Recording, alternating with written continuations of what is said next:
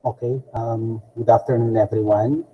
May I request everyone to please put on your camera before we start our class.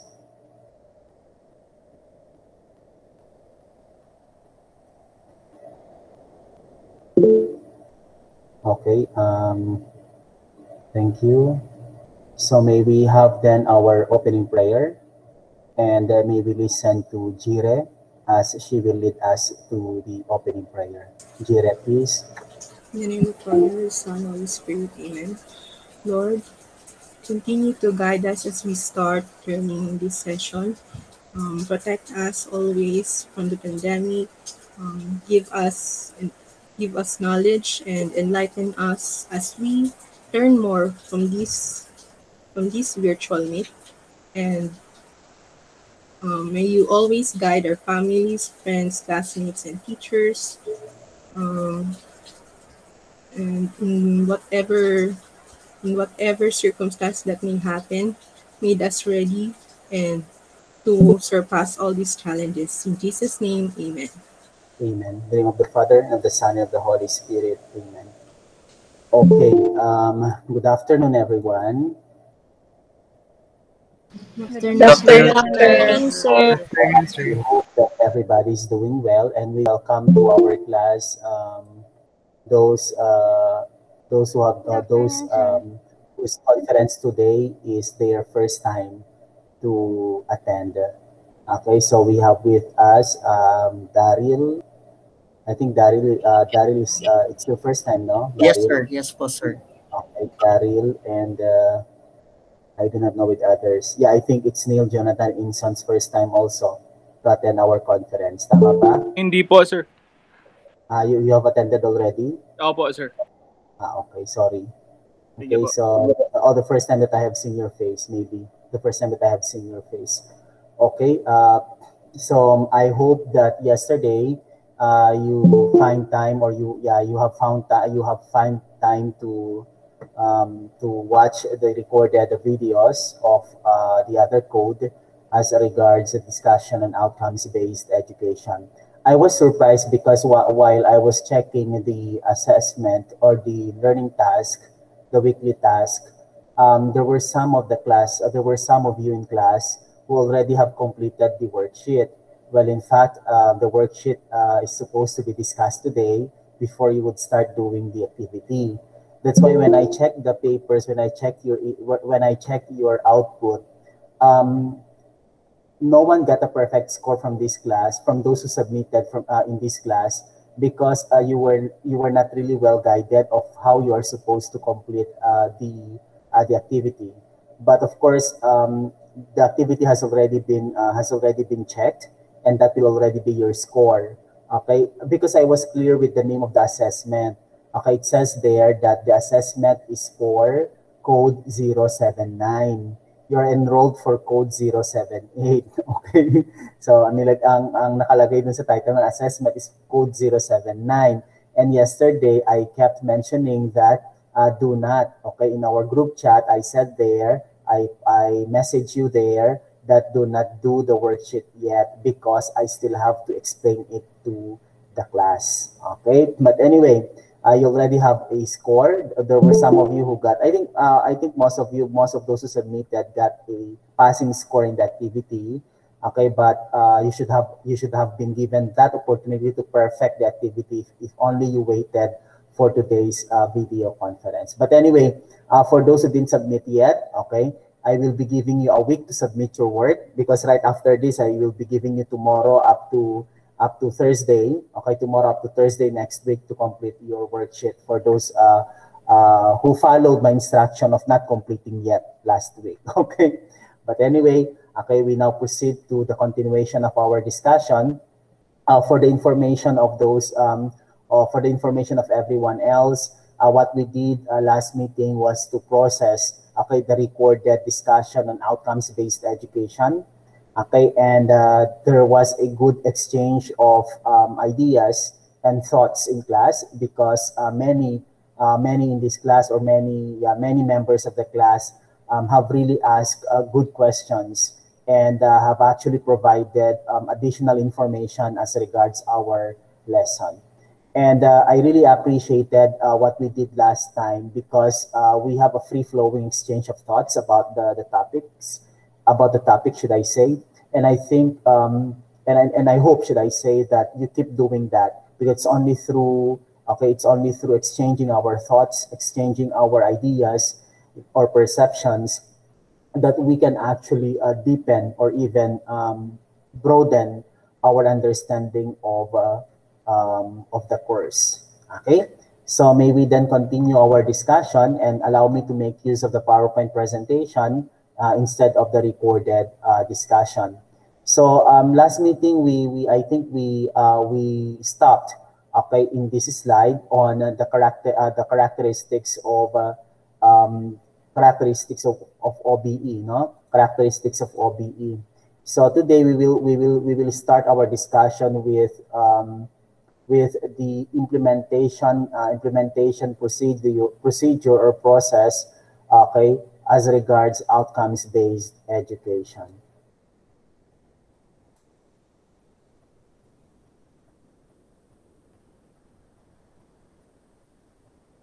Okay.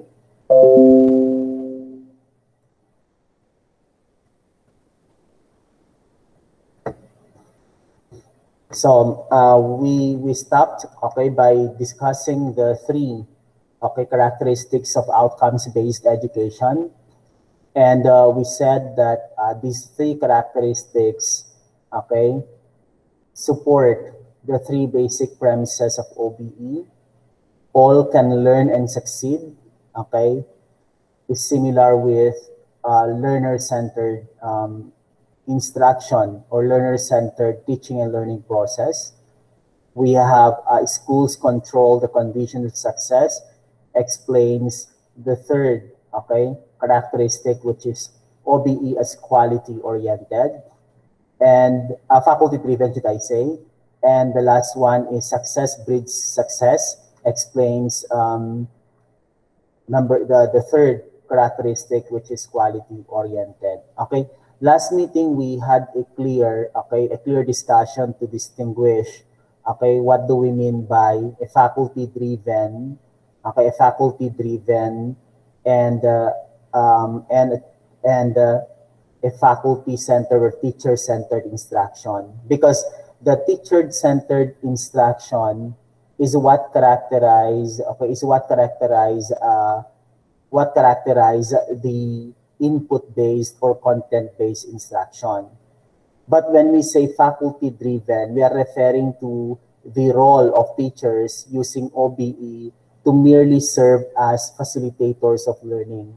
And when they facilitate learning, that would mean that success indicators or criteria for academic success has been set by the teacher with the students, has been set by the teachers while giving opportunity for students to do bargaining whether they could be able to do the indicators, the success criteria, or not.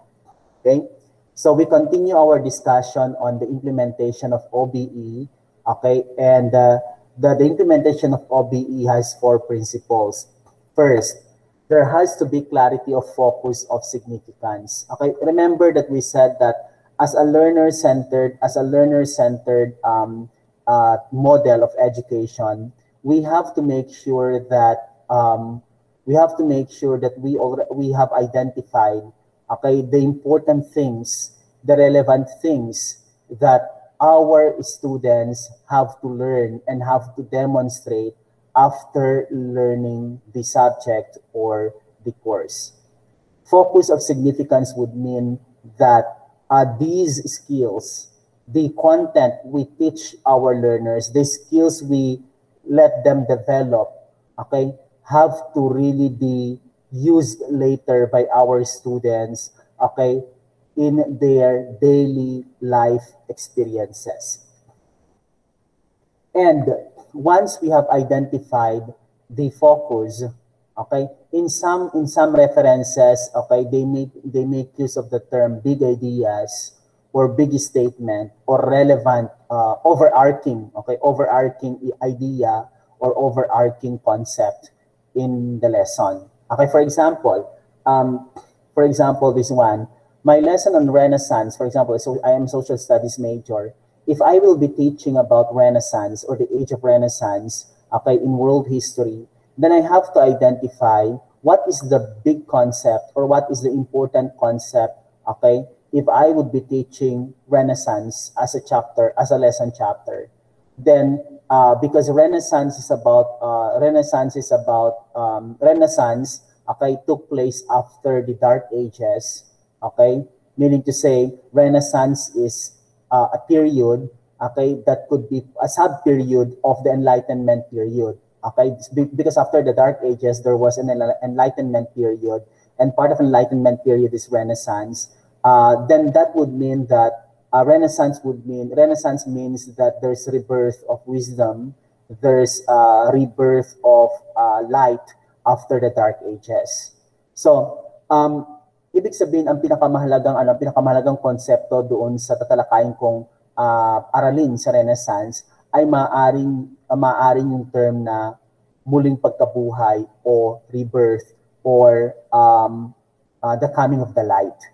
Okay, so meaning to say, the focus of the things that I should be discussing, okay, should integrate into my learners' minds, into my learners' appreciation, that every after falls or downs, okay, every after fall or down, there has to be an opportunity for someone to recover. Okay, so yun yung pinakamahalagang konsepto. And the ability to recover, the ability to be resilient, okay, and the ability to recover from one's personal downs and personal falls, then that ability will certainly be used, okay, in my students' daily life experiences. So, na-identify ko ngayon yung significance, yung focus of significance. So, this lesson on Renaissance should allow my learners appreciate, okay, that every after a dark experience is also a brighter experience. Okay? Now, after identifying that, I have to design down from where you want to end up. So, dito na pumapasok yung learning outcome. Okay, yung learning outcome mo na ang konsepto ng lesson, ang konsepto ng aralin ay muling pagkabuhay o muling pagtayo o muling pagbangon. Dapat meron akong learning outcome na makatutulong sa aking mga mag-aaral na mabigyang katuturan ang kanilang kakayahang muling bumangon, ang kanilang kakayahang mag-recover, ang kanilang kakayahan na muling pagandahin ang kanilang karanasan, okay, pagkatapos magkaroon ng hindi magandang karanasan. Okay? So that's what we mean by designing down from where we want to end. So kung rebirth iyan, then I would say that in this lesson or in this unit, my students can list, okay, can list learning experience, can list lessons they have learned from a negative experience. So under affective domain yun. So yun ang isang magiging outcome ko, na makapag-iisa-isa ang aking mga mag-aaral ng kanilang mga natutunan mula sa isang negatibong karanasan. So that's my learning outcome. That is designing down from where I want to end up. Okay? The big idea is rebirth. Okay? The learning outcome is makapag-iisa-isa ng mga aral na kanilang natutunan mula sa kanilang negatibong karanasan o hindi magandang karanasan. Now, after identifying the learning outcome in number 2, then you have to think now of teaching and learning activities, okay, that would help your learners meet the learning outcome. So, ano yung mga gawaing pagkatuto ang ipapagawa ko o ang gagawin ko sa klase nang sa ganun ay makatulong sa aking mga mag-aaral na makamit ang aking bunga ng pagkatuto na makapag-iisa-isa sila ng mga aral na natutunan nila mula sa kanilang hindi magandang karanasan. So, pwedeng ipapagawa ko. Of course, I have to teach the content first. Okay? Huwag natin kalimutan ituro muna yung mga konsepto. Diba? Kaya nga sa understanding by design, understanding by design, meron tayong tinatawag na apat na bahagi ng pagtuturo. We have pagtuklas or explore. We have firm up o paglinang.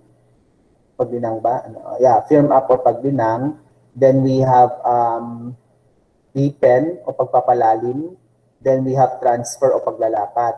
So, ito yung mga activities na gagawin ko para at the end of the lesson, at the end of the chapter, makagawa ang aking mga estudyante nung nais kong gawin nila. Then, there's high expectations for quality performance. Okay? High expectations for quality performance. And that would mean that if you have high expectations for students' quality performance, then before you would ask them do any activity or any culminating activity or any big tasks or big learning tasks, okay, to conclude or to culminate their understanding of the lesson chapter or the chapter, then you have to present to them the success indicators, success criteria, and others. Okay? You know, a teacher with high expectations of his or her learners are those who are helping their learners, are those who are giving their learners the guide on how to perfect or how to get or how to earn good grades or good score in a certain learning activity or learning tasks. So ito po yung apat na implementation principles when we do OBE. Maybe some of you might ask, sir, ano din pinagkaiba ni OBE kay understanding by design? Okay, kay understanding by design.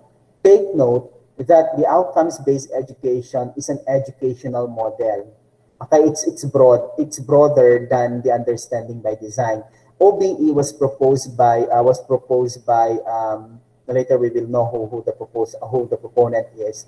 But OBE has been proposed first prior to the proposal of Grant Wiggins and J. McTie as regards the understanding by design or UBE.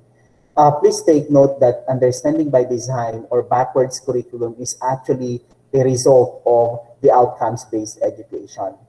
Okay, so yung pinagkaiba nila. Pero yung understanding by design or backwards design is a clear, okay, it's also a very clear model to demonstrate how outcomes-based education could be implemented in classrooms. Okay? So ito yun. Ito yung sasabi ko kanina yung 4 principles. Yung intended learning outcomes, these are statements specifying what the learners will know and be able to do at the end of the course. Okay, that means the intended learning outcomes. What do we want our learners do as they go through learning from us, as they go through learning about the chapter or about the learning content?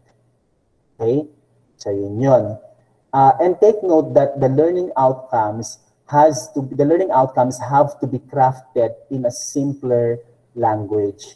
And kung pwede lang, it should only be a simple sentence.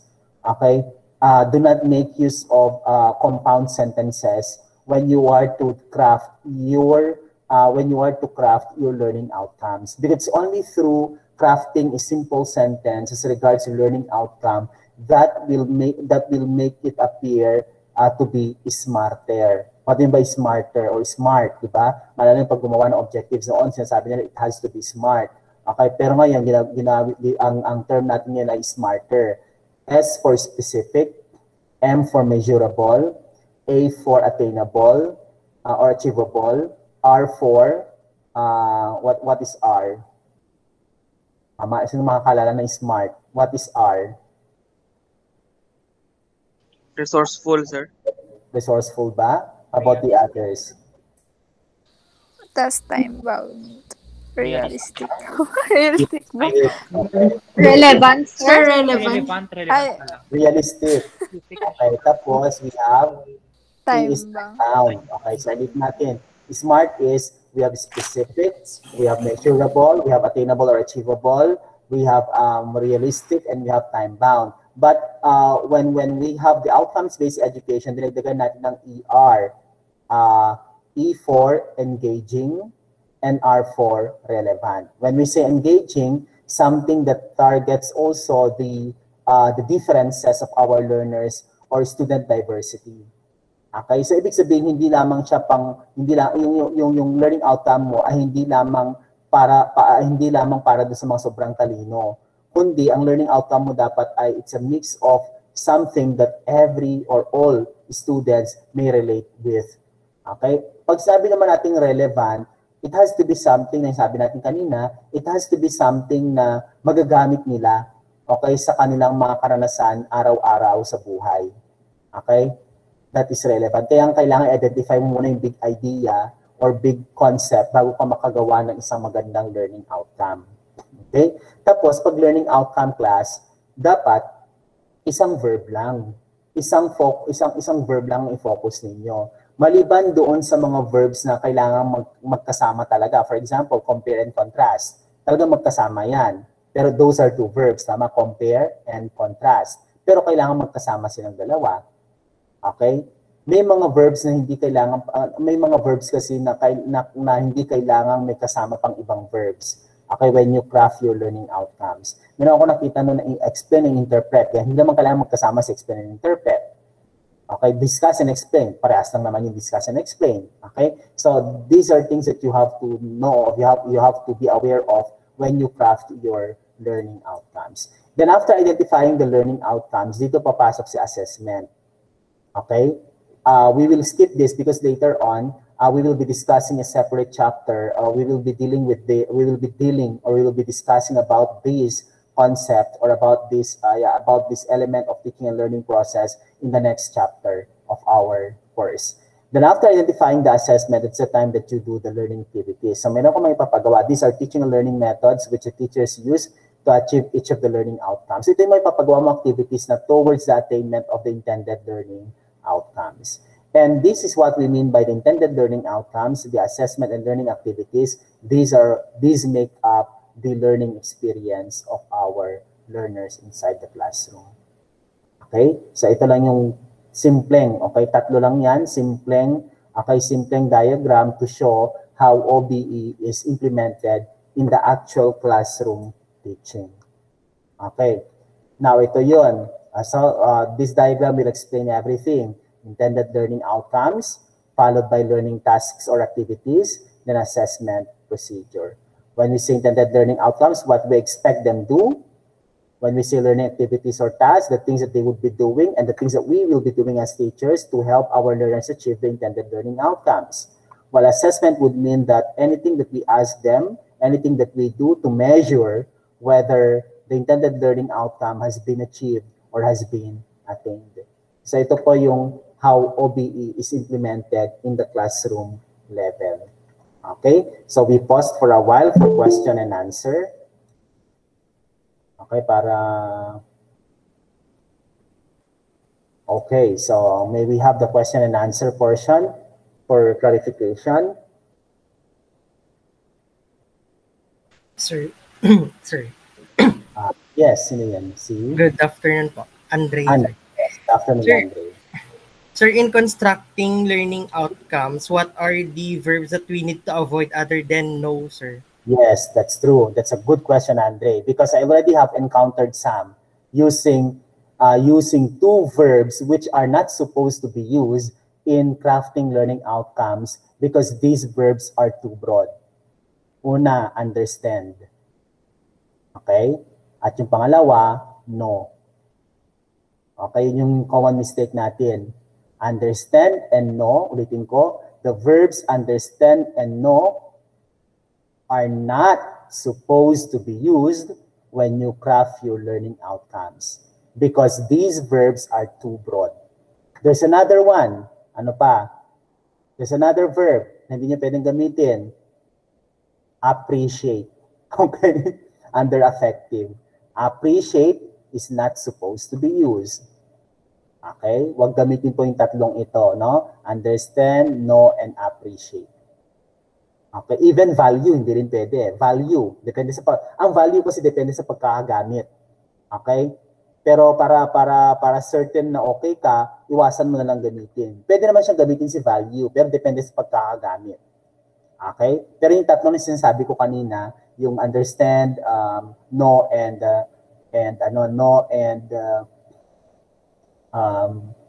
appreciate. Okay? Please do not make use of these verbs. Eh sir, paano nilagay ko? Ganun yung iba sa inyo. Be knowledgeable. Mayan siya. Eh no pa rin yun. Okay? Kinonvert mo lang siya into something na hindi halata, na hindi mo kinopya yung word na no. Okay? So bawal po iyon. Okay? So thank you, Andre, for clarifying that out. I hope the others listened or heard what I have just said. Okay, any more question?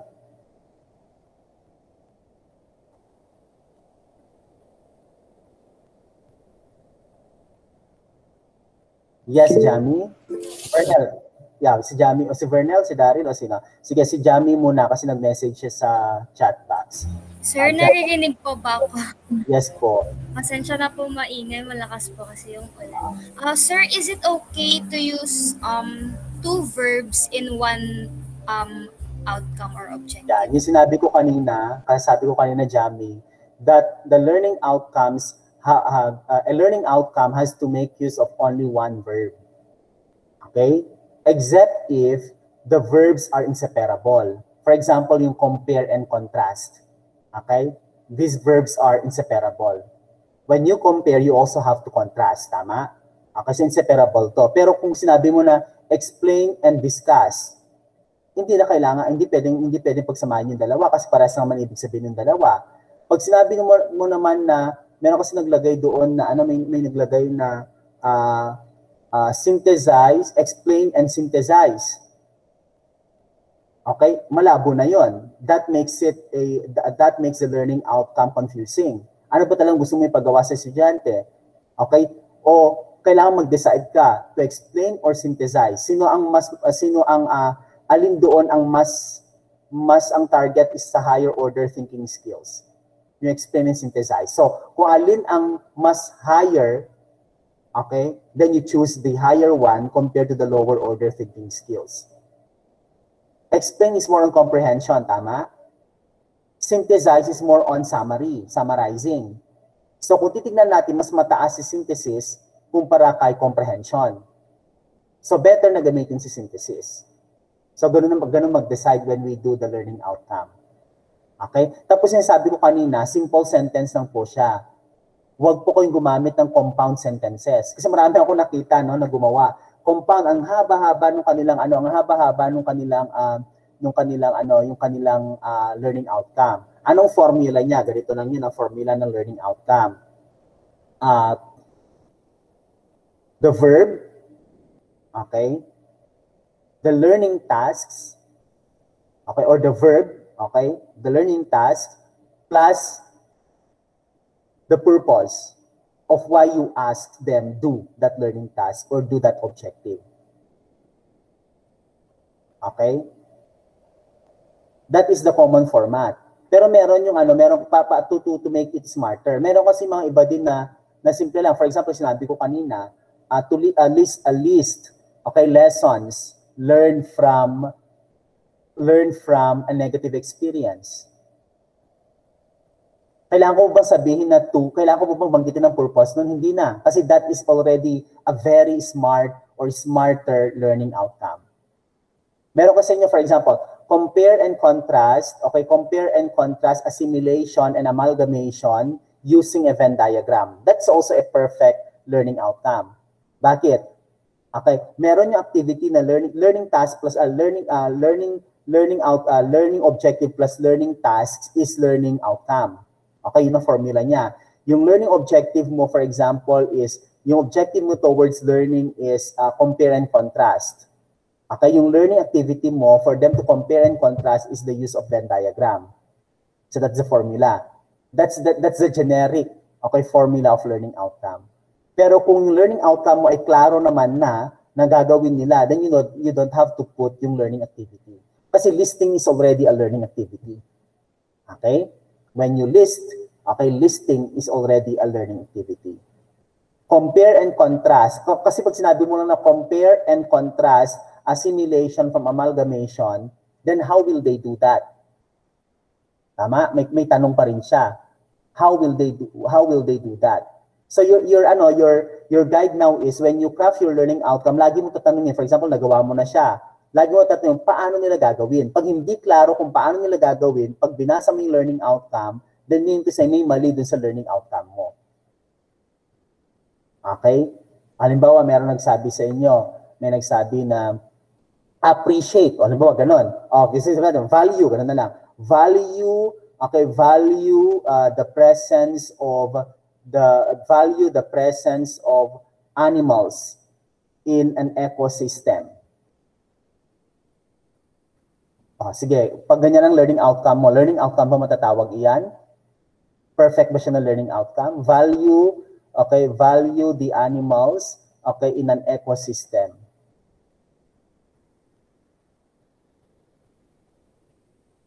No, sir, may kulang pa. Tatanungin mo yung sarili mo, Shekina, di ba? How? How will they value? How will I know that they value the presence of these animals in an ecosystem? So meron ko pa rin tatanungin. So maybe I have to think of a more tangible, okay, learning outcome, of a clearer learning outcome, so that my students will certainly be guided, or so that I will really be looking into whether my students could be able to do the outcome or not. So anong gagawin ko? Create, for example,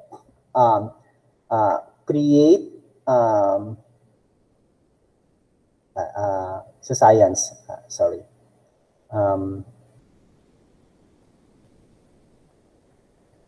Okay, for example, no, create a diagram showing, okay, create a diagram showing the relationship of the animals in a certain ecosystem.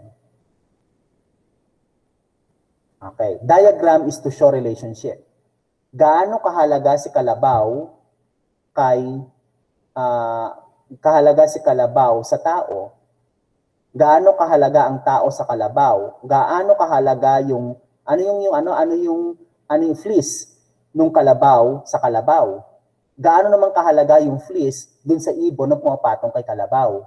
Okay, so they create a diagram to show the relationship. Okay? So that is a clear learning outcome. Pag sinabi mo lang ng value, then that is something na medyo malabo pa. Okay, if you do not qualify. Okay, any more question? Si Jire. Sir, when crafting a learning outcome, is there always a need to include the 3 domains, which was the affective, cognitive, and psychomotor? Ideally, okay, these 3 domains have to be targeted. Ideally, these have to be targeted. But there are topics or lesson chapters na may hirapan din tayo maglagay, particularly ng psychomotor or even affective domain. Ang challenging affective domain eh. Okay? Ideally, it has to be complete. Pero it's understandable, okay, kung wala tayong mailagay. Okay, but later on, as we go through with our discussion, later I'll discuss yung mga different verbs on how to craft learning outcomes, using the different domains of learning. Para magabayan kayo. Kasi pwede po kasi mangyari na maybe some of you may not be aware. Pwede po kasi mangyari na ang akala ninyo is cognitive lang ang target ng outcome na ito, pero actually targeting 2 domains already, cognitive and affective. Meron din yung cognitive and psychomotor ang target at the same time. Feeling kasi natin noon na kapag psychomotor lang. Kapag cognitive lang ang target niya. Hindi. There are learning outcomes that may target 3 domains at the same time. Pwede mangyari yun. Okay? Magkikita natin yan later as we go through, as our discussion will progress. Okay, thank you, Jire. May we welcome Daryl kasi kanina pa pala siya nagtatanong. Daryl, pag magtanong ka, erase mo lang yung hand mo, okay? Yes, Daryl. sir. Yes, sir. Sir, this is just a point of clarification, sir. Just correct me, sir, if I got the wrong information. I just encountered this po kasi sir na it is still okay sir na we use the verbs know and understand sir in crafting our learning Yeah. learning objectives sir, as long as there are some strategies or activities that will measure sir kumbaga yung po. Okay, Daryl. That is right. It is okay to make use of know, understand when you craft the learning objectives. It's okay for learning objectives. But for learning outcomes, those are supposed to be avoided because they are too broad. Kaya nga, di ba sinabi natin nung last meeting na magkaiba si learning objectives kay learning outcomes. The focus of learning objectives are teachers, the perspective being used, okay, when you craft the learning objectives are of teachers' perspectives. But learning outcomes are of the students' perspectives. Yun yung pinagkaiba ng dalawa. Kaya nga dun sa activity ninyo, merong objective in a teacher's perspective at merong outcome na kailangang in a student perspective yung gagamitin ninyo. Okay? And that is a usual Daryl, that's a usual misinterpretation of most teachers.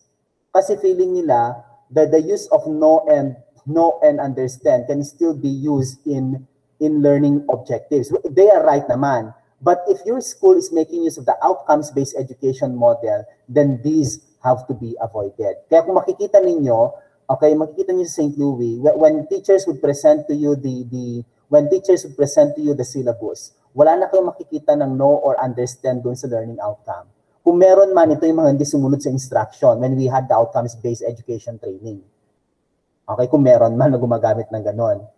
Because my experience is when Ma'am Girl was the president of the university then, the previous president, I was tasked then to evaluate all course syllabus, okay? And to check whether they have crafted the learning outcomes well or not. So marami ako nakita noon na gumagamit pa rin ng know and understand and even appreciate, which are not supposed to be used already. Anong dahilan? They are too broad. Understanding itself is too broad. What to understand? And understanding has many elements, tama? Maraming elemento ang understanding. Kaya nga, di ba, malala nyo, there are 6 facets of understanding. Malala nyo yun?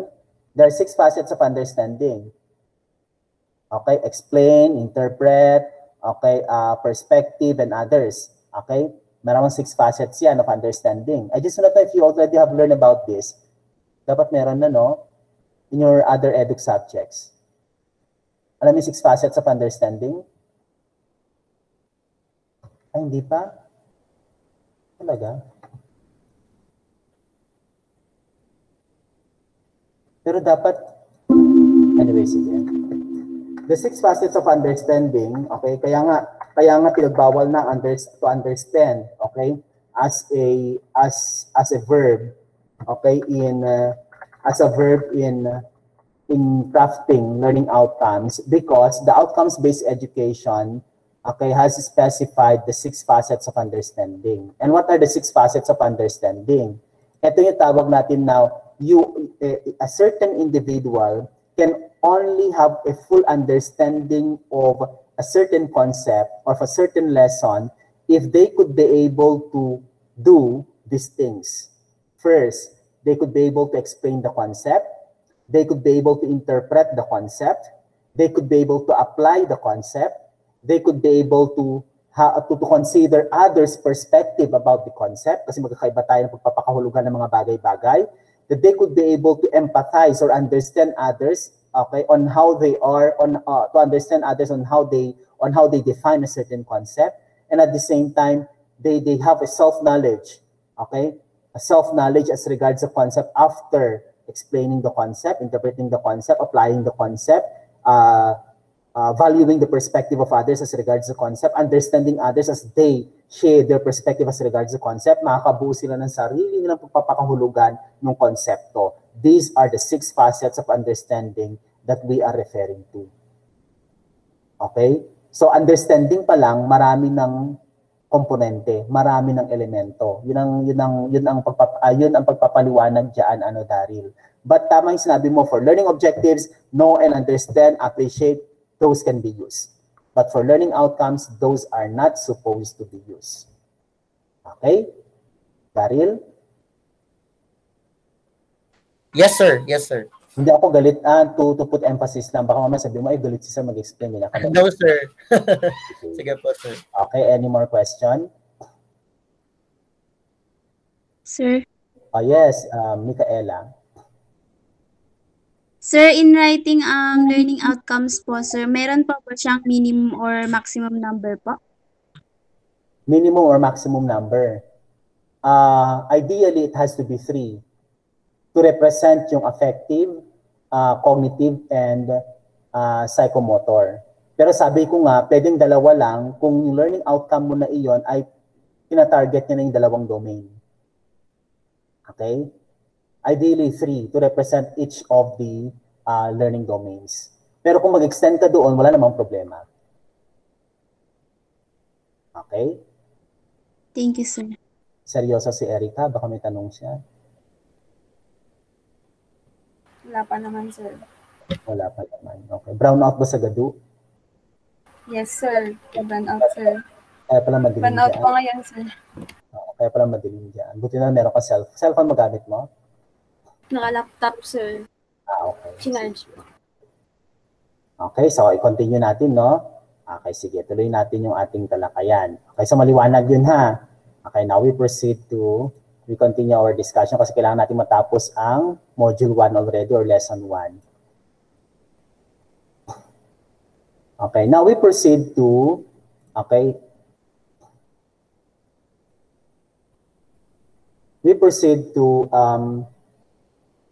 Transformational OBE or beyond traditional OBE. Please take note that there is still some schools making use of OBE while still doing the principles of the input-based or content-based education.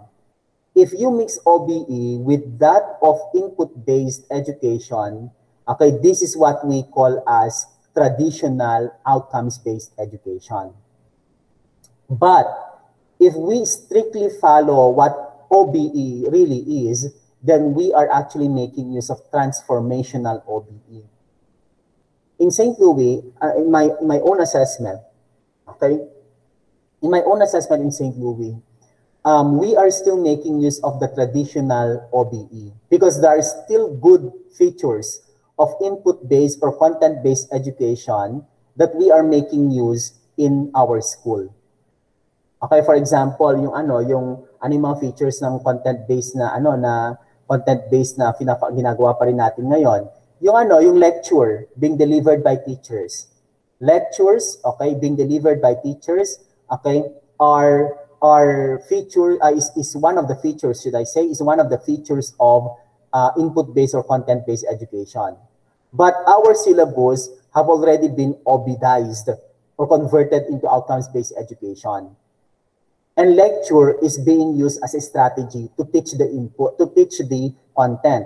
So traditional OBE ang tawag doon. Okay? Kasi there are still courses na effective pa rin si lecture. Kasi kung saan mo lecture, it's a one-way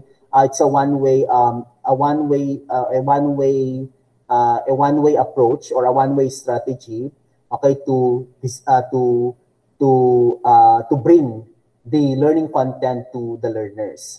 Okay? Yung walang question and answer doon, walang conversation, merely the teacher is talking, that's lecture. Now, who is the father of transformational outcomes-based education? We have Dr. William Spady. And William Spady said, success in school is of limited benefit unless students are equipped to transfer that success to life in a complex, challenging, high-tech future. So meaning to say, OBE has to result to students' ability, okay, to transfer their learning in the four walls of the educational institution, okay, to their life and to their respective workplaces. Okay, so yun talaga yung focus ng OBE. Yung pinaka-ultimate purpose of OBE is to help learners apply whatever they have learned or transfer whatever they have learned in schools or in classrooms in their daily life experiences. Kaya sabi natin, no, the continuation of teaching and learning or education amid the pandemic is actually a very good opportunity for our students and even schools to develop that adaptability and flexibility skills among our learners. Diba? Tayo, bawat isa sa atin, mapa-estudyante man, mapa-guru man, mapa-educational leader man, lahat tayo ay merong bahagi o merong contribution para maging successful ang klase ng learning na meron tayo ngayon. Yung klase ng pagkatuto na meron tayo ngayon. And everyone did their part. Okay? And that is actually teaching our students or preparing our students to be flexible, to be adaptable. Because there's only one permanent thing in this world, and that is change. And the value or the ability to be adaptable and the ability to be flexible, these are life skills that we need to teach our learners. Okay, katulad yan si Erica. Okay, brown out sa kanila, pero buti na lang na i-charge niya yung kanyang laptop at naka-attend pa rin siya ng ating video conference. That is being flexible or being adaptable. Okay, because we do not know what will happen every day. And that still will help us to be resilient. Kaya nga tinatawag siyang life skills. Being adaptable and being flexible will help us survive in the changing world. Now, what are the characteristics of transformational OBE? Again, it's outcome defined, not calendar defined. What do you mean by this? In a traditional OBE, okay, in the traditional OBE, okay, schools are very particular with finishing all the content of all the learning contents as articulated in the syllabus. Okay? Pero pag OBE, pag transformational OBE, okay, we make sure, okay, what culminates the subject, the completion of a subject or a course is not whether all topics as articulated in the syllabus have been discussed, but it's the attainment or achievement of the outcome. If students were able to do all the learning outcomes, completed all the learning outcomes, then that measures transformational OBE. Pero kung natapos ng talakayin ng guro ang lahat ng mga paksa, okay, na nakalagay o nakasulat sa kanyang syllabus, hindi iyan transformational OBE. Next, expanded in opportunity, not constrained. Okay? Di ba malala niyo noon, kapag sinabing ito lang yung gagawin sa lesson plan, yun lang ipapagawa mo sa estudyante mo, hindi ka pwedeng magbago na activity. That is being constrained. You are being limited by what you have articulated, what you have put, what you have written in your learning plan or your lesson plan. But for transformational OBE, okay, kung nakita ng teacher na hindi na pwedeng gawin ito, na nakalagay dun sa lesson plan kasi ito yung klase ng estudyante na meron ako, then I'll provide another opportunity for learners to do a certain activity to meet the learning outcome. That's expanded in opportunity. Okay? Hindi ka lang constrained dun sa kung anong nilagay mo sa lesson plan mo. It's based on performance credentialing. How did my student perform in class? That's the measure of transformational OBE. Hindi yung did they follow what I instructed them do? That is custodial. If you would only ask your students to follow whatever you say inside the class, then that is traditional OBE because it's custodial in nature. But when you say performance credentialing, it depends on the performance of the student. Now, I would like you to meet this learning outcome. It's up to you on how to do it. So for you to meet the learning outcome. Parang katulad yan sa math, di ba? Galit na galit ang teacher dahil nakuha ng estudyante yung tamang sagot doon sa isang problema, pero hindi niya finalo yung solution o method kung paano i-solve yung problem na itinuro ng teacher. That is custodial. Diba sa math naman, when you do problems, there are many ways on how to find the correct answer. Hindi lang single manner or single solution to find the answer. If you focus on how students got the correct answer, no matter what manner were they able to find the answer, then that is transformational OBE. Minsan pa nga, mas marunong pa mga estudyante, no? Marami silang mga tactics, marami silang mga shortcuts on how to solve math problems. Okay, pero may mga teacher din kasi na paano tinuro ko, yun lang ang sundin ninyo. That is custodial. Next, aided by instructional coaching, not tied to curriculum coverage. Okay, kung ano yung isasabi ko kanina din na kung ano yung nandoon sa syllabus, okay, yun lang ang gagawin natin. Kung ano, for example, kung sinabi ko doon, ito lang ang gagawin ko activity, ito lang yung strategy ko, yun lang ang gagawin ko. But for transformational OBE, it's more on how you facilitate learning. Okay? Na free ang estudyante na magdagdag sa kung anong tinuro mo. Okay? Malaya ang estudyante na magbigay ng kanyang hinuha tungkol doon sa tinalakay mo. Malaya ang estudyante na magdagdag ng impormasyon kung nakita niyang kailangan idagdag ito habang tinatalakay mo ang nilalamang pagkatutong ito and others. That's instructional coaching. Kaya nga, di ba, meron tayong tinatawag na academic advising sa St. Louis because that is the result of outcomes-based education. Okay? You coach your learners. Okay? Then, integrated in concepts, not segmented in content. Ito yung sabi natin na di ba kami yung batch na old, yung ginagamit namin is RBEC or Race Structured Basic Education Curriculum. Maalala namin noon, for example, when we were in high school, ang Science 1 namin when we were in first year high school is Earth Science or Geology. Ang Science 2 namin ay Biology. Ang Science 3 namin ay Chemistry. Ang Science 4 namin ay Physics. That is input-based education. Segmented in content.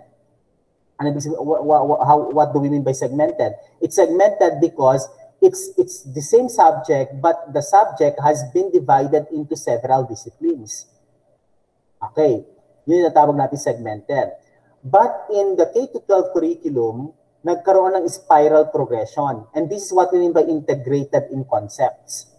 Okay, what do we mean by spiral progression? Di ba pag spiral, pag ganyan siya. So, maliit muna na pabilog-bilog, tapos habang tumataas iyan, lumalawak at lalong lumalalim yung sentro nung nasabing spiral movement. Okay.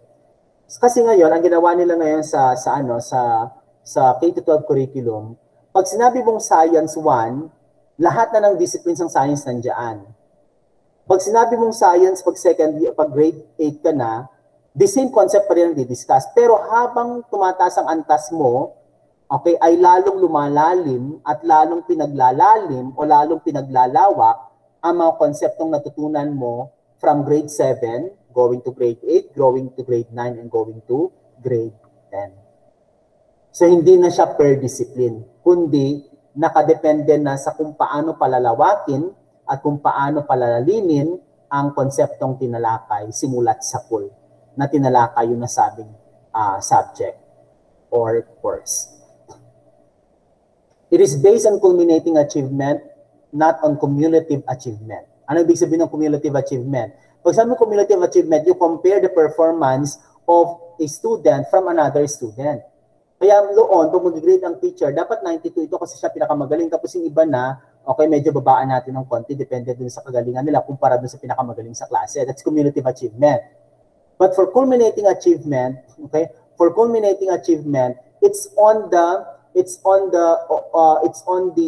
it's on how the student will be able to demonstrate the attainment of the learning outcome. Yun lang ang basehan ng grado mo sa kanya. Nagawa ba niya? Yun lang ang basehan mo. That's culminating achievement. That's why St. Louis is still using the traditional OBE because look at our grading system. Okay. Sa grading system natin, saglit lang, stop sharing ko lang, hindi ko kayo nakikita. Okay. Sa grading system natin sa St. Louis, cumulative ang dating niya. Bakit cumulative? Kasi makaka-apekto pa rin yung performance mo nung prelims dun sa grade mo sa midterms. Tama? At makaka-apekto pa rin yung grades mo sa midterms dun sa grade mo sa finals. But in transformational OBE, kung dun sa final ay nagawa mo yung lahat ng learning outcomes ng kurso, yun lang ang basehan ng grado mo. It's culminating achievement. Okay, kaya tayo sa St. Louis, OBE tayo, pero we still make use of traditional OBE, not really the transformational OBE. Okay? Pero hindi ko man sinasabi na hindi maganda sa traditional OBE.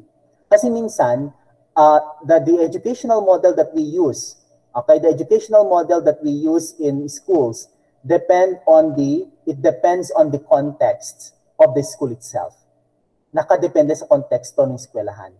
Kasi we cannot just immediately proceed to transformational OBE without preparing all the other elements of the teaching and learning experiences in a certain school. Kasi kung transformational OBE tayo, di sana sa atin ngayon is wala na tayong tinatawag na mass instruction approach. Look at the arrangement of our classrooms when we had our face-to-face. Ano ang arrangement ng classroom natin? Check ninyo. Maraming upuan, tama, na nakaharap sa blackboard. Si teacher nakaharap sa mga estudyante, may blackboard pa rin. That is traditional. That is input-based. Okay? Kasi kung transformational OBE na tayo, we allow collaboration, di dapat may table na circle, okay? Tapos ang mga upuan pwedeng i-disarrange para mag-usap-usap ang mga estudyante. That's transformational OBE. So nakadepende sa konteksto ng isang school. Kung i-adapt ba niya ang transformational OBE or hindi. Nakadepende din sa readiness natin. And we cannot just easily move from traditional then kaagad tayo mag-transformational. It has to go a process. It has to follow a process. Diba? Kailangang unti-untiin muna. Hindi pwedeng bigla ka na lang mag-move sa isang bagay na hindi ka naman handa. Okay? That's the explanation. Okay? So we continue.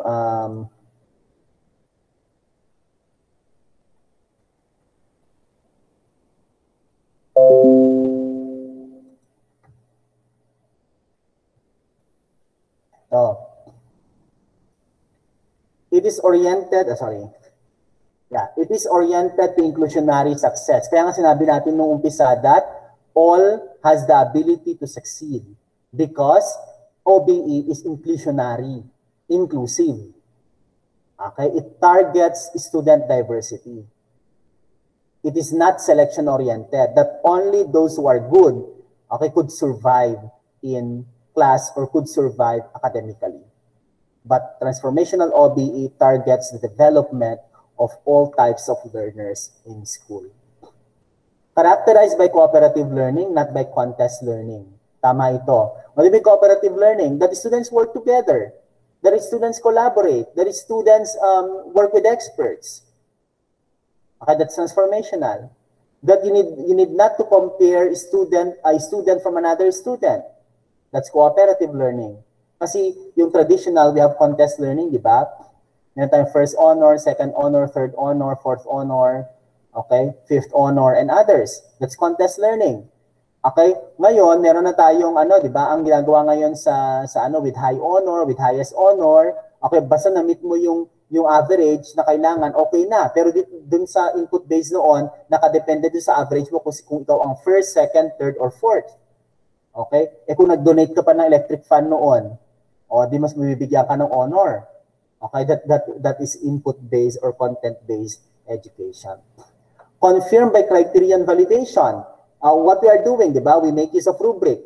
And we explain to you the success indicators that you need to consider before you do a certain performance task, before you do a certain learning task or learning activity. It's not dependent on comparative evaluation. Okay? Meron kasi noon, lalo na pag mag-check ng essay, magtaka kayo, no? Kapag si teacher niya nagpa-essay sa inyo tapos wala man lang siyang rubric, certainly, comparative evaluation ang gagawin ng teacher. Kukunin niya, babasahin niyo muna yung essay ng pinakamagaling sa klase, yung lagi nagre-recite sa klase, yung pinakamagaling sa klase, pag okay na iyon, yun ang reference niya na para gradean yung ibang mga essay. Okay.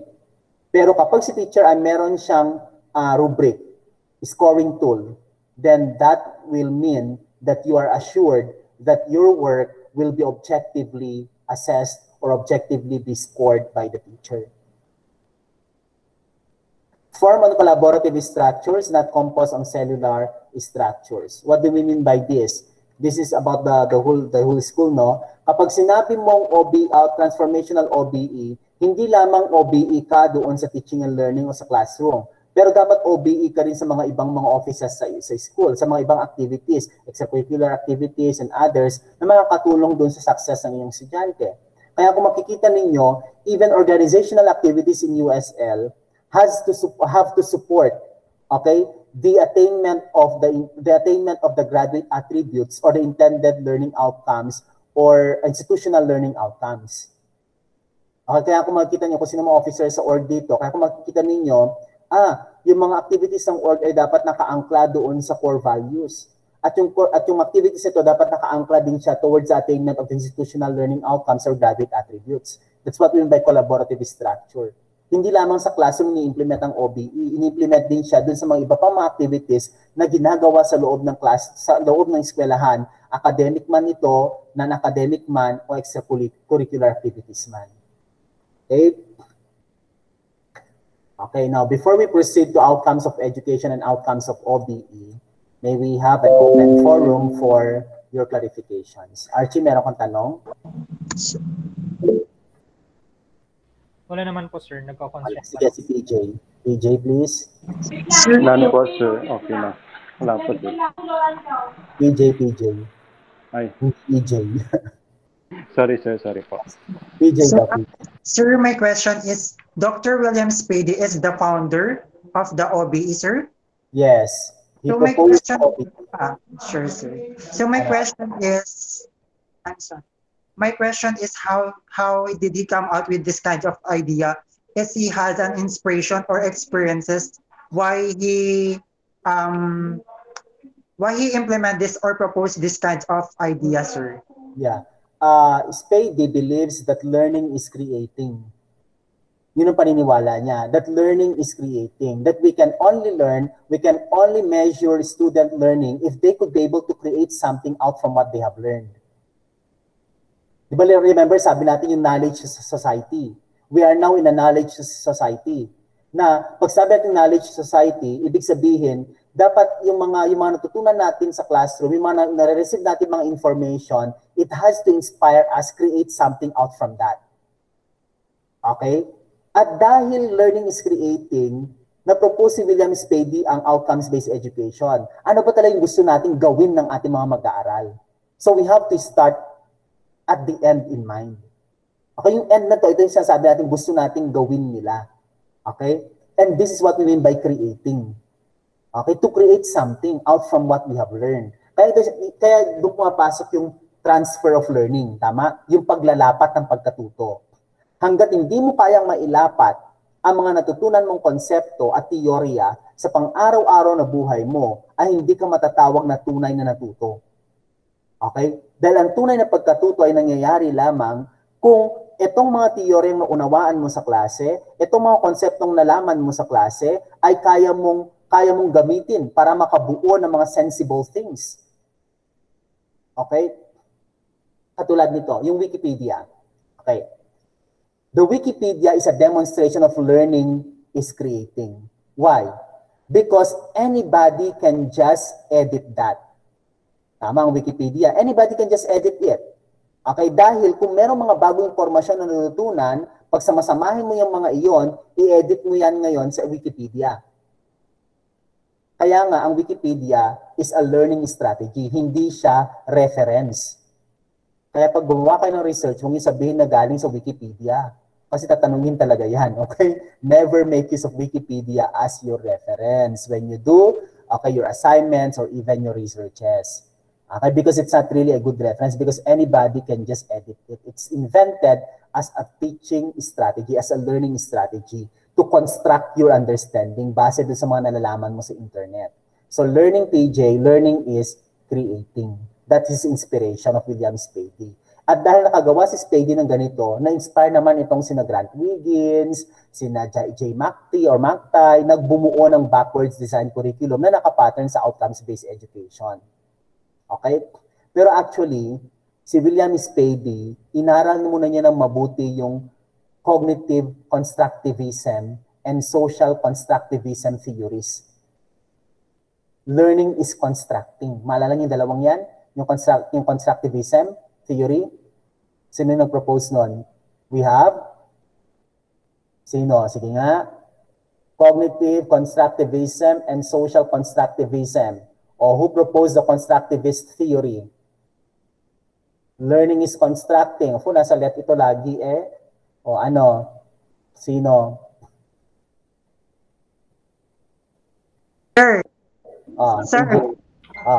Vygotsky. Okay, good. Si cognitive constructivism is, sino si cognitive constructivism? Si Lev Vygotsky ang social constructivism. Ang cognitive constructivism ay si? Eric Erikson. Yeah, Jay, sir. Ay, si Eric Erikson, psychosocial. Yeah, Jay, sir. Very good, Ira Kids. Piaget. Okay, si Jean Piaget ang proponent ng cognitive constructivism. Si ano ading ko, si Eric Erikson, siya ang psychosocial learning. Magkaiba naman 'yon, okay? It's psychology it's psychosocial, meaning to say the behavior and the social actions of individual. Okay, si cognitive constructivism, meron tayong sariling schema. Meron tayong mga sariling pananaw tungkol sa mga bagay-bagay na naayon sa ating karanasan. Kaya magkakaiba tayo ng pagpapakahulugan ng mga konsepto. That's cognitive constructivism. Kasi yung pananaw natin, yung pagpapakahulugan natin sa mga iba't ibang konsepto ay nakaangkla dun sa ating mga personal na karanasan. Kaya yung pag-ibig para kay Jire ay ibang pag-ibig para kay Casey. Ang pag-ibig para kay Ton ay ibang pag-ibig para kay Jella. That's cognitive constructivism. Okay? Pero yung sarili nating pananaw tungkol sa mga bagay-bagay ay lalong napapalawak at napapalalim kapag, okay, naranasan na natin ito kasama ang iba. That's social constructivism. Okay? So learning is constructing. Ngayon, yun ang naging inspirasyon din ni William Spady. Kaya sabi niya, when you construct, you also create. So learning has to be creating. Okay, yun naman ang sinasabi niya. O, di ba? Nung umibig halimbawa si Jire kay Ton, na iba ang pananaw ni Jire sa pag-ibig. Kasi meron na siyang social constructivism component. Okay? Tuwang-tuwa naman si Ton. Okay? So, ganun yun. Okay? Klaro ba? Okay. Sige, any more question before we proceed? Before we continue, should I say? Sir. Yes, Ton. Sir, dun sa comparative kanina yung sa about the essay. Based on our experience, sir, di ba, ang essay, sir, is we have different perspectives and point of view. Correct. Kumbaga, siya, parang walang basis, parang ganun, sir. Nakadepende sa pagpapaliwanag mo sa iyong opinion. Tama yun, pag essay. Yes, sir. Tapos, hindi naman sa sir, na sinasabi naming mababa yung binigay niya. Pero, kasi, sir, parang, tawag doon, parang nakuha naman namin yung point namin. Ganun. Pero meron siyang rubric. Pero walang, sir, walang rubric, sir. Di wala. Ganun talaga. Yung sasabi ko, magtaka kayo kapag walang rubric ang teacher kapag nagpa-essay siya. Kasi certainly, ang gagawin niya ay comparative evaluation. Okay? Kaya pag makita niyo yung score ninyo, hindi kayo kontento. Kasi wala nga rubric. Kaya nga, every time that your teacher will ask you do an essay, you always have to ask for a rubric, for a scoring tool, para maging objective yung kanyang pagmamarka. Okay? Diba? Kasi pag tama naman si Ton doon, tama yun. Pag essay, di ba dapat ang essay nakadepende doon sa pagpapaliwanag mo. Nakadepende doon sa kung maliwanag ba ang maliwanag mong pagpapaliwanag mo doon sa opinion mo. Tama yun. Okay. So, ang tanong ngayon, meron bang rubric ang ginamit ni teacher? Wala. Ang magiging tendency ni teacher, magbabase siya doon sa gusto niyang sagot dapat. Doon siya magbabase. O di kaya magbabase siya doon sa sagot ng pinakamagaling sa klase. Comparative evaluation yun. That is traditional OBE.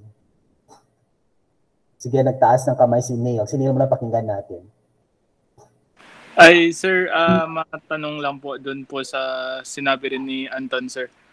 Sir, kapag ang isang guro po ba, sir, nagpa-essay po, tapos hindi naman po sa walang limit yung sa pag-sentences niya, sir. Pero Mali po ba yun, sir, na yung sagot mo lang, sir, is direct to the point lang po?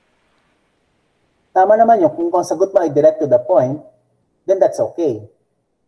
Pero, sir, bakit po may iba naman po na di naman po sa lahat ng guro, sir, pero yung iba rin po kasi, sir, kapag na direct to the point naman po yung sagot mo, sir, pero bakit parang yung iba, sir, mababa po, pero yung iba, sir, may rubric ba siya? Meron, sir, wala, ganyan, parang may rubric ba siya? Ano ba yung nasa rubric niya? Ay, ganyan po, sir. Oo. Nakadepende kasi yan sa rubric. Kung walang rubric si teacher na naman, ako, pahabaan na lang ng sagot para ma-perfect mo yung ma-perfect mo yung yung score mo. Ganun yun. Kaya nga, di ba lagi ko sinasabi, this is now the purpose why we are teaching new assessment. Because you would be taught on how to really guide our students, okay, towards academic success. Okay, you know, I have this experience when I was in college in St. Louis, no. This is one of the nakakatuwang experience, no. Kasi when I answer essay question, wala pang rubric noon, ha. Wala pa nung time namin, wala pang rubric, hindi pa masyado ginagamit sa St. Louis yan noon. So there was a time that we were asked to reflection papers, essay and others. This is in theology class. So nagtataka ako, bakit ang essay ko, ang reflection paper ko, lagi na lang hindi ko na pa-perfect. Hindi ko na pa-perfect talaga. Never ako nagka-perfect score sa aking mga reflection papers sa theology. Doon sa teacher na iyon, ha? Ngayon, I have to compare it with my classmates. O, ano ba yung sagot mo? Ganyan-ganyan. You know what we discovered? Pag mahaba pala ang essay mo, ang reflection mo, automatic perfect ka. Tapos ngayon, sabi ko, kasi ako pag mag-essay ako noon, short lang simple lang, short lang. Ngayon sabi nung isang classmate ko, bro, subukan mo magdagdag ng kahit anong text dun sa gitna ng essay, ng reflection paper mo. Basta humaba lang siya. Okay? Tingnan mo, perfect yan. Kasi sabi nung classmate ko, ang nilagay daw niya, kumopya daw siya ng poem dun sa gitna ng kanyang reflection paper. So sabi ko, ay sige, subukan ko, ganun man ako.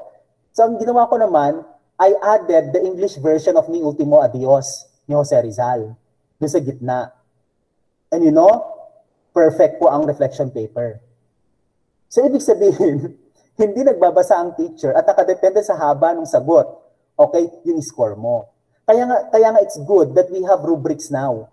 Okay, that's why it's always good that you have to ask your teacher, ma'am, what will be the criteria?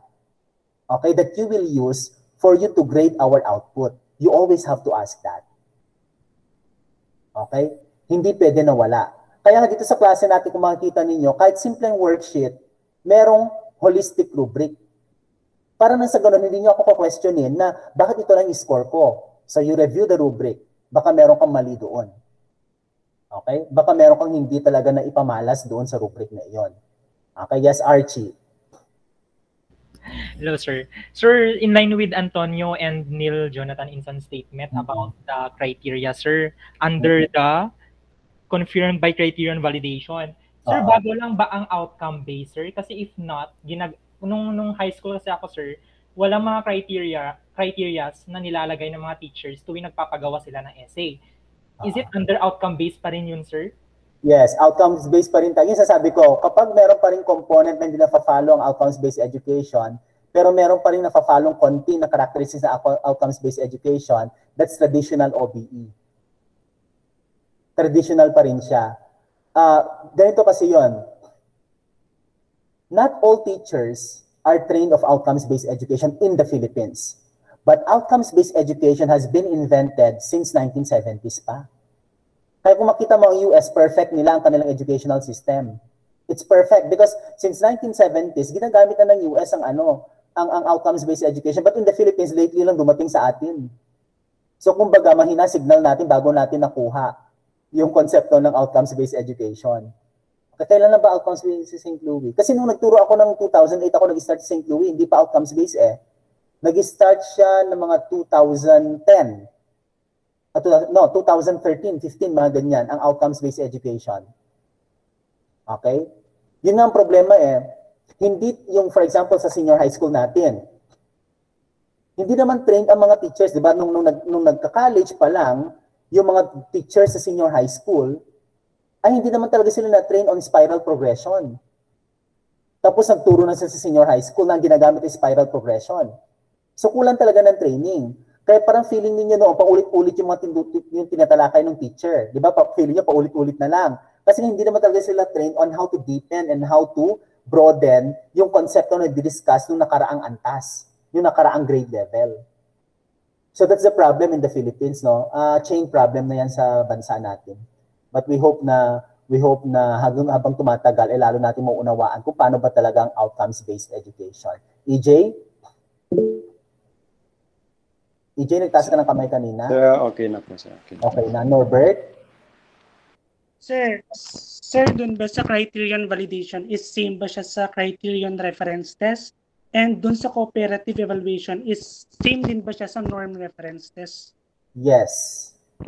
Criterion reference and norm reference. Pag sabi natin criterion reference, merong criteria na magiging basehan mo to put scores.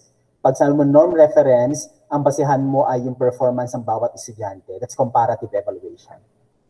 Later on, we will have a separate discussion on that. Okay, Norbert, meron pang tanong? Wala. Vernel. Sir, Sir, tanong ko lang po, it's up to the teacher ba if gagamit ba siya ng transformational OBE or traditional OBE? Yes. Malibang kung pinapa-require ng eskwelahan. Pero sa public school, I think they are following yung K-12. Pero minsan, kasi meron tayong tinatawag na, ganito yon. I just not know if you already have learned about this in one of your professional education subjects. Meron tayong tinatawag na intended curriculum and implemented curriculum. The intended curriculum, ito yung sinasabi ng base ng DepEd. Ito dapat yung gawin natin, sabi ni DepEd. This is what we mean by ideal curriculum also. This is what's supposed to be done. But how it is done in the actual setting is the implemented curriculum. Sa halimbawa sa St. Louis, sinabi ng ating Vice President for Academics that we have to do this and to do that. Tama? Okay, that is intended curriculum kasi itong practice natin. Tapos biglang sa classroom level, sa different course, magkakaibang implementation nung sinabing dapat gawin. That is implemented curriculum. Okay? Yun yung pinagkaiba ng dalawa. Pwedeng si implemented curriculum ay hindi akma ka-intended curriculum. Kasi the intended curriculum is always perfect. But the implemented curriculum, it may or may not be perfect. Okay? Na-discuss ba ninyo about curriculum, planning, and others? Wala pa, no? Wala pa kayong subject na ganun, no? Curriculum planning, wala pa, no? Wala pa. Okay, sige. Jamie? Sir, may question lang po ako about the criteria. Criterion-based po. Sir, are there instances po na teacher, na hindi nasusunod ng teacher yung binibigay niyang criteria or rubric? Yeah, there are instances.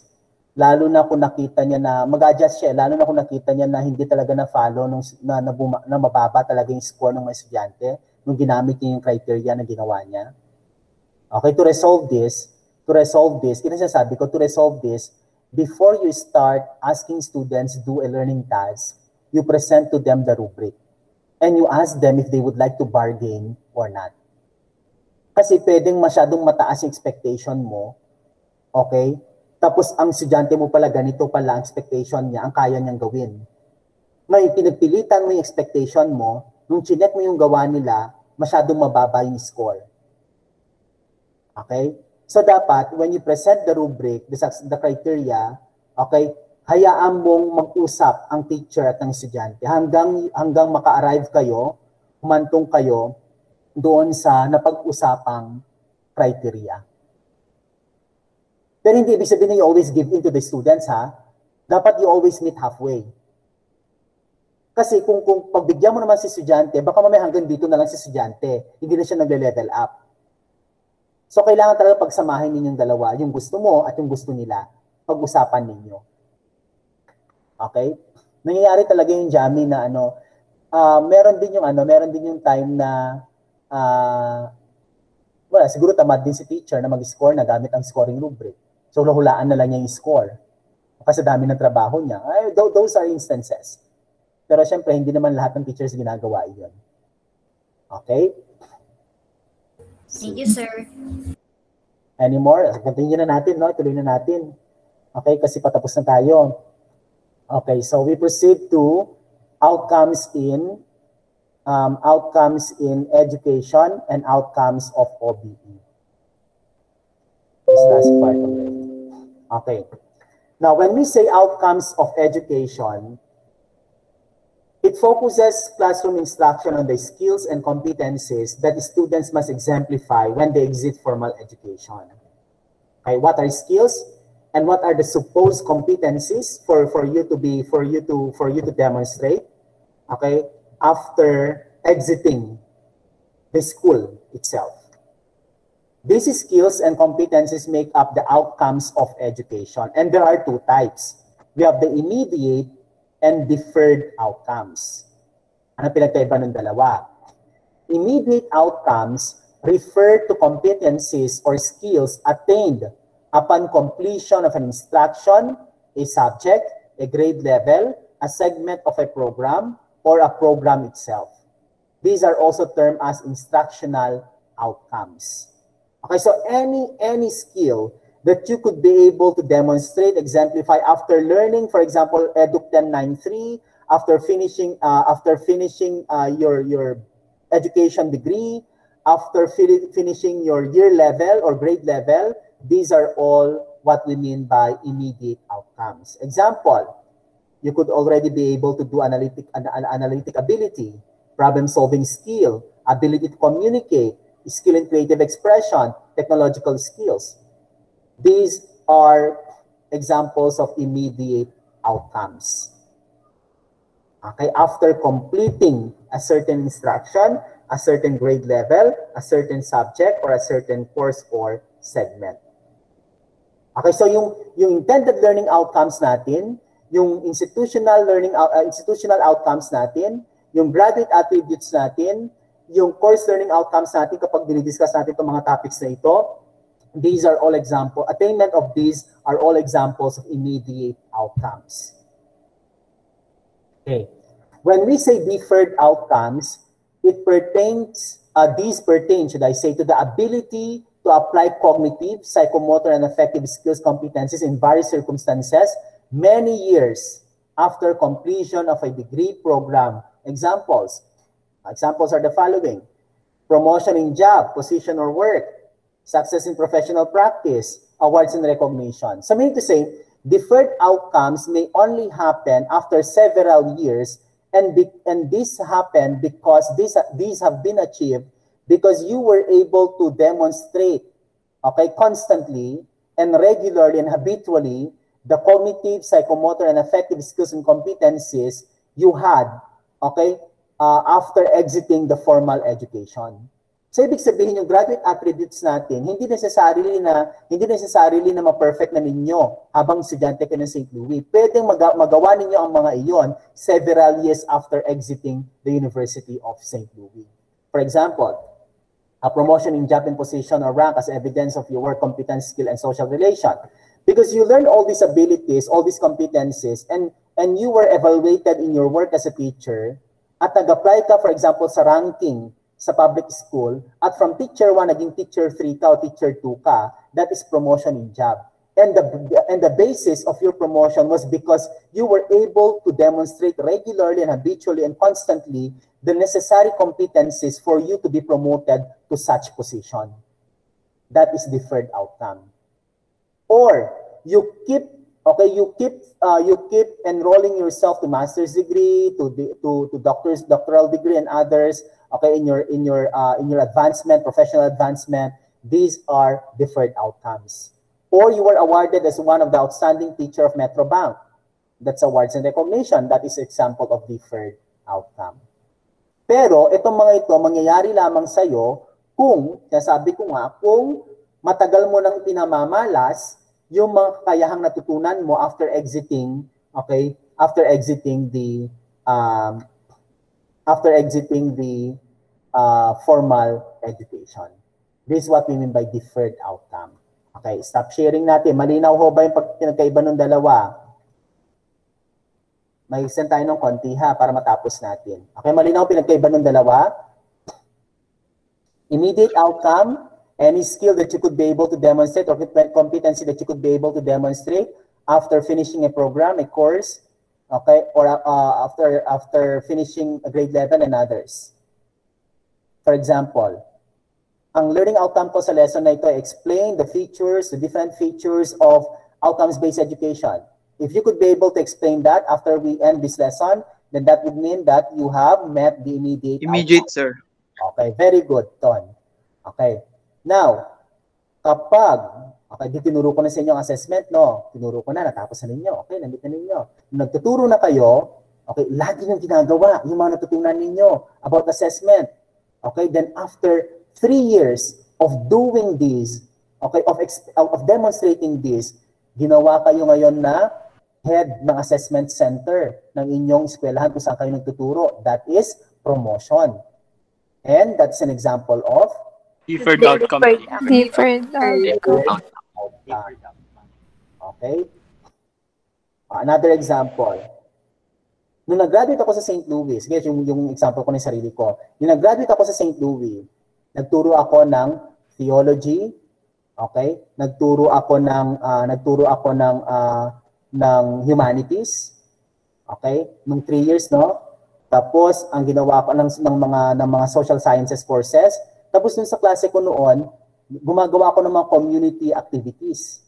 Yung I really ask them to move outside the campus. We do this and we do that in our communities. Then after 3 years, on my 4th year, I was promoted as the Academic Extension Coordinator of SEAS. That is deferred outcome. Okay. Okay. I tried my best to perform well as Academic Extension Coordinator. Then after a year, I was assigned as the Director of Community Extension Services, now the SECA. So that is deferred outcome. But I cannot meet the deferred outcome if I will not regularly demonstrate the competencies I have learned in school. Okay? So the immediate outcome is necessary towards the attainment of the deferred outcome. Okay, maliwanag po ba? Okay, that's outcomes in education. Now, we proceed to outcomes of OBE. Ano ang mangyayari naman kapag, ano yung mga outcomes naman when we make use of outcomes-based education as our educational model? Okay, tignan naman natin ito. Okay lang ba mag-extend tayo? Yes, sir. Sure, sir. Actually, ito na pinasukan ko St. Louis, itong klase natin ngayong Saturday. Kasi medyo maingay sa bahay. Kaya sabi ko, pasok na lang ako. Medyo maingay sa Solana. Kaya sabi ko, dito na lang ako sa office mag-lesson. Kasi nakakahiya sa inyo, baka ma-istorbo kayo pag video conference tayo doon. Okay, sige. Now, we proceed to outcomes in OBE. Now, outcomes in OBE are attributes that a graduate of an institution is deemed to demonstrate 3 or more than 3 years after graduation. So, ilinawin lang natin. Broader yung konsepto ng outcomes outcomes in education. Broader po yung konseptong iyon. Pero po sabi ng outcomes in OBE, component po siya ng outcomes in education. Okay. Kaya nga, yung these outcomes, like institutional program, course outcomes, and learning instructional lesson outcomes, these are all examples of immediate outcomes under outcomes in education. Okay. Malinaw po ba yun? Kaya ito, meron tayong institutional, program, and course outcome. Ibig sabihin po nito ng diagram na ito, all our institutional learning outcomes should serve as basis in crafting the program outcome. And all the program learning outcomes should serve as basis to craft the course learning outcomes. All these three outcomes have to work together towards the attainment of the immediate outcome in education. Okay? Ano example institutional? St. Louis is an institution. What are the institutional learning outcomes of USL? Ito institutional learning outcomes na ito nakaangkla doon sa graduate attributes. Okay. Now, kung ito ang institutional learning outcomes natin, paano ko i-align o i-aakma, okay, itong aking program learning outcomes. Anong example ng program sa USL?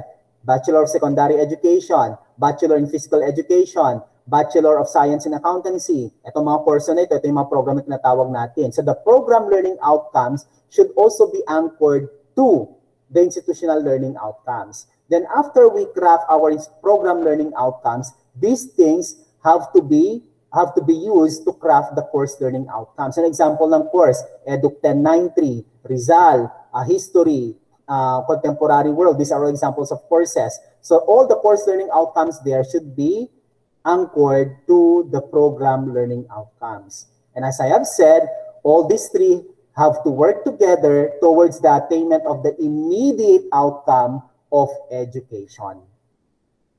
Okay. Kaya ito yun. Ito yung mga ating mga graduate attributes. Tama? Now, out from the graduate attributes, gumawa tayo ng institutional learning outcomes. Okay? So, yun po yung pinagkaiba nung dalawa. Skip na natin yun kasi na-discuss na natin yun noon. Any question on that? Maliwanag po ba yun ha?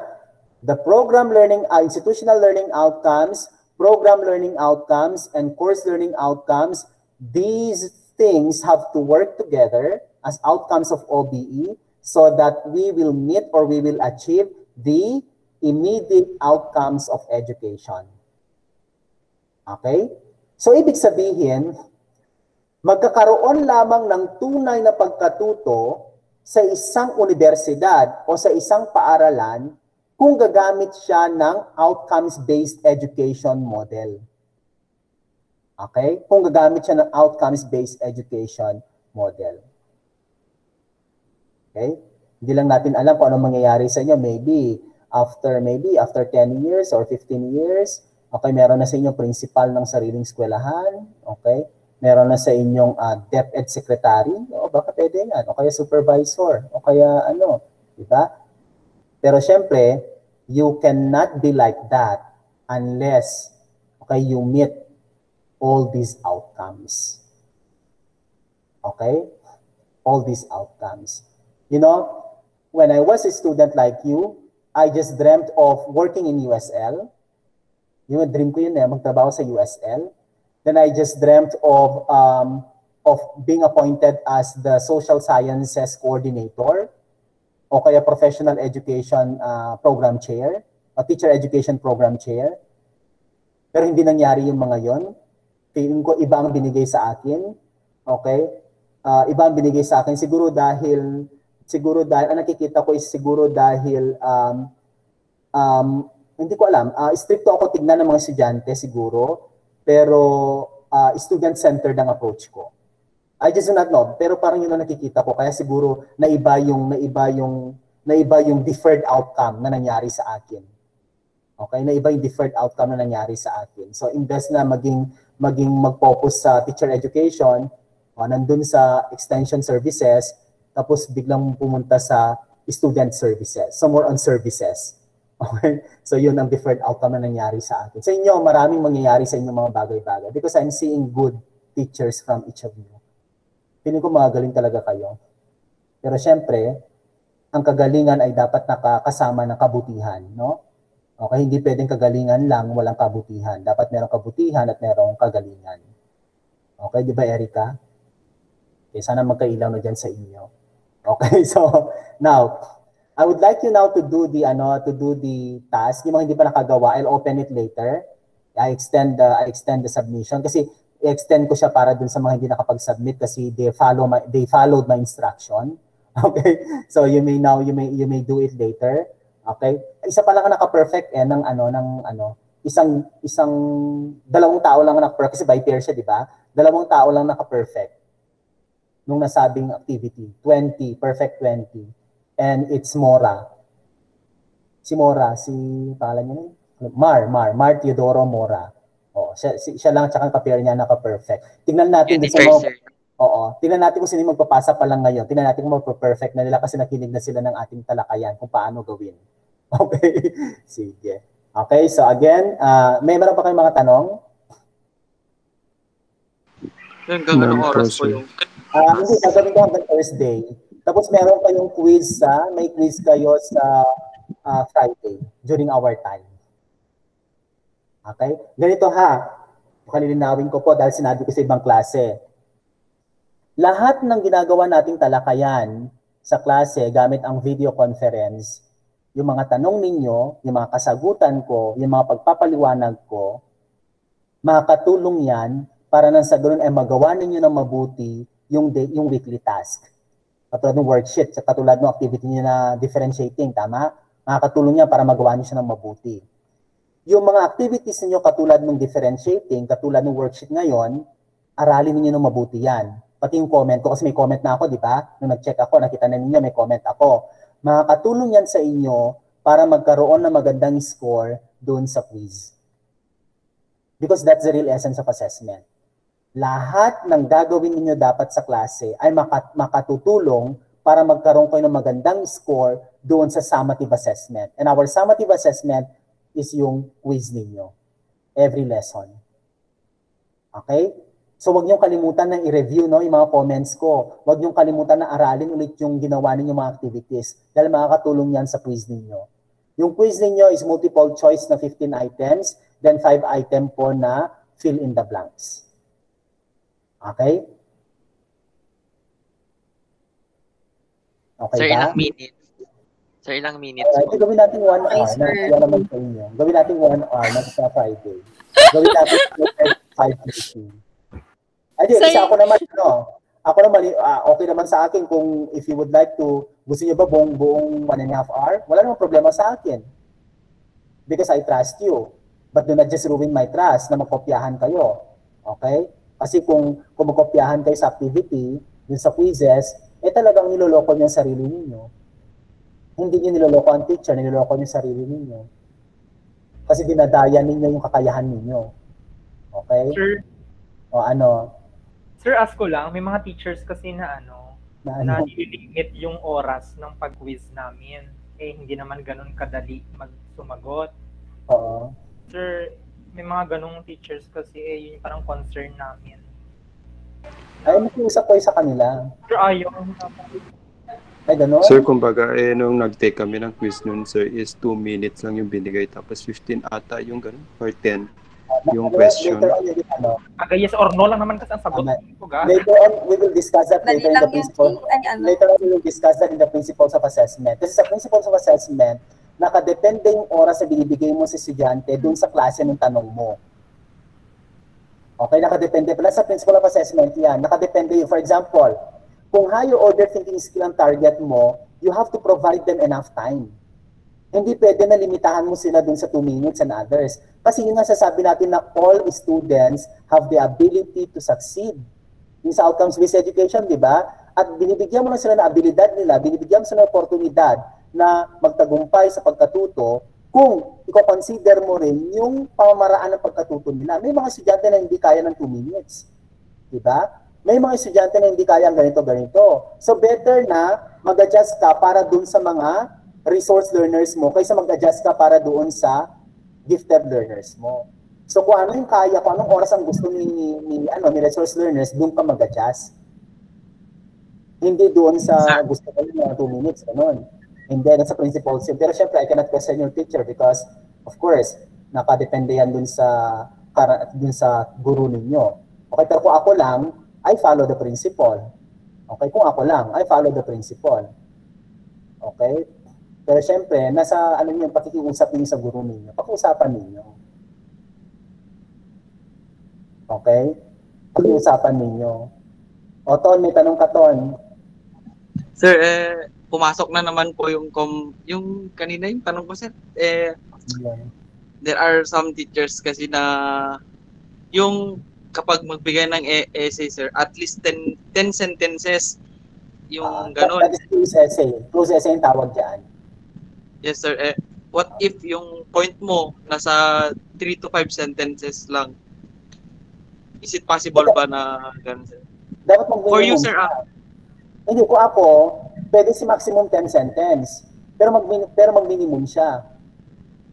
Or pwede sabihin niya not beyond 10 sentences. Pwede yun. Wala kasing minimum, sir, basta no.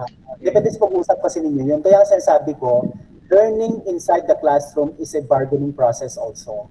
Di ba? You bargain. Di ba meron yung I forgot the author. Yung sinasabi niya, learning is also like a marketplace. Okay? In a marketplace, di ba, you do bargaining. Hindi pag-bargain kayo, blah, blah, blah. The same with learning.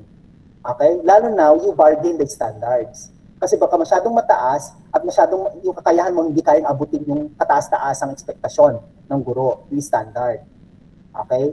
So, kailangan dapat, there's bargaining between the teacher and the learner. If teachers would do that, you bargain with them. Do not be afraid of bargaining with them. Huwag kayo matakot. At saka, better na sabihin nyo sa mukha nila, better na sabihin nyo diretso sa kanila kung ano yung mga disgusto ninyo. Kaya sasabihin nyo sa mga iba, di ba? Mas nakakasira pa kayo ng ibang tao, no? Okay, so better sabihin nyo. Pag may mga teacher kayo na gano'n, sir, we learned under Sir Herbert's class. O, sige, banggitin yung pangalan ko. That blah, blah, blah, like this and like that. Ano, banggitin nyo. Sabi ko sa amin ni Sir Herbert sa assessment of learning, ganito daw po. Dapat daw po, merong rubric may present. Sir, may rubric po ba kayo? Ganun kayo. O, ganun. Gawin nyo nga minsan. Si Archie na lang kasi matapang si Archie. O kaya si Ton. O, gawin nyo minsan kasi hindi lang gagawa. Okay? True, sir. Ilaban ko yan. Oo, kasi, it's only through telling them also your perspective that they could also be able to understand, okay, your context. Okay, anyway, sige, thank you. If there are no more questions, thank you for attending our conference, 6:14 already in the evening. Okay, I hope that you're still enjoying your Saturday, even if you have a class. But we really have to have the class because this is our mandate as still teachers to teach. Okay, not only to merely provide the content in the LMS, but to teach the content also. Okay, so again, thank you, and may we have our closing prayer, and the closing prayer will be led to us by Ira. Kasi fresh ang mukha ni Ira ngayong araw. Sige, Ira, please.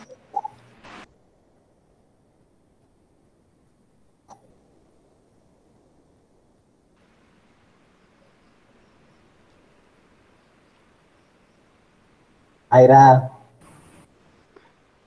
Nakamute ka, ading ko. Sir, nakamute pala ako. Nagsasalita ko.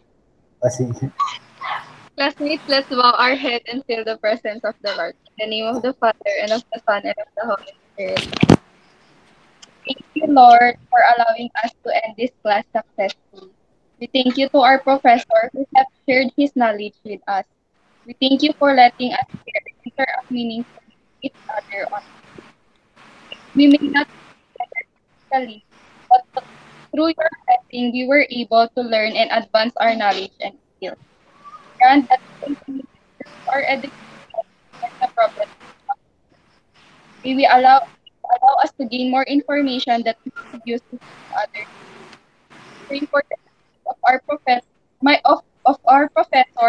fellow students, our families, and all people in the world. That's all.